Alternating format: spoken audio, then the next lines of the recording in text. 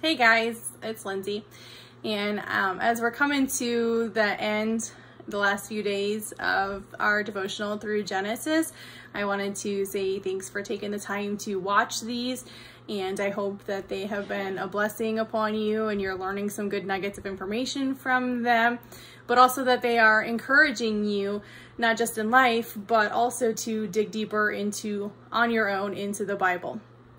And so I get to share with you today the story of Jacob's blessings upon Ephraim and Manasseh, found in Genesis 48. So we come upon the end of Jacob's life, and Joseph is has brought his two sons in to see Jacob before he dies. In verse 5 we read, Jacob saying, "Now I am claiming as my own sons these two boys of yours, Ephraim and Manasseh, who were born here in the land of Egypt before I arrived." So this would make them to be in their 20s at some point. "They will be my sons, just as Reuben and Simeon are. But as children born to you in the future will be your own, and they will inherit land within the territories of their brothers, Ephraim and Manasseh." So Joseph brings the boys forward.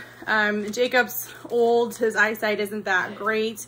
And so he places Manasseh, the eldest, at Jacob's right for the stronger or better blessing, as was the tradition. But in verse 14, it says here that Jacob crossed his arms as he reached out to lay his hands on the boys' heads. He put his right hand on the head of Ephraim, though he was the younger boy, and his left hand on the head of Manasseh, though he was the firstborn. And since Joseph knew that, his father really couldn't see very well anymore, he took his right hand and tried to place it on Manasseh's head instead of Ephraim's, saying, "No, my father, this is the firstborn. Put your right hand on his head." But then in verse 19, we read, his father refused. "I know, my son, I know," he replied. "Manasseh will also become a great people, but his younger brother will become even greater, and his descendants will become a multitude of nations." And so in this way, Jacob put Ephraim ahead of his brother. Guys, this isn't the first time that God has chosen the younger sibling. I mean, if we go back to the story of Cain and Abel, you can we went through that even in this devotional series, how that one turned out. And then Isaac and Ishmael.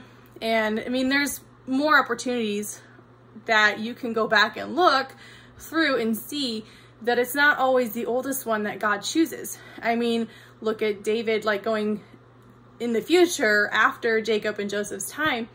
David was chosen the youngest of, I think there's 12 brothers in that family. So that really spoke out to me in this one. That man looks at the outward appearance, and often it's the eldest child who receives, the biggest inheritance, the most responsibility, however you want to say it. Usually it's the eldest one who gets all of that. But God looks inside. He chooses us by our heart and our spirit. Don't let the outward stuff distract you or deceive you. I mean, we don't have to keep up with the Joneses. That's the enemy. He's the great deceiver. God chose you because of your heart. Okay? And our inheritance, we're the ones that get to be up in heaven someday with God, walking on streets that he paved in gold for us. That is our blessing. That is our inheritance. And we don't have to, keep up with the Joneses to get that. What better blessing could we receive? And we're definitely not the oldest. It's because of our hearts. So thank you guys for watching with me today. I know this was a pretty short one, but it was a pretty simple message. Have a great day.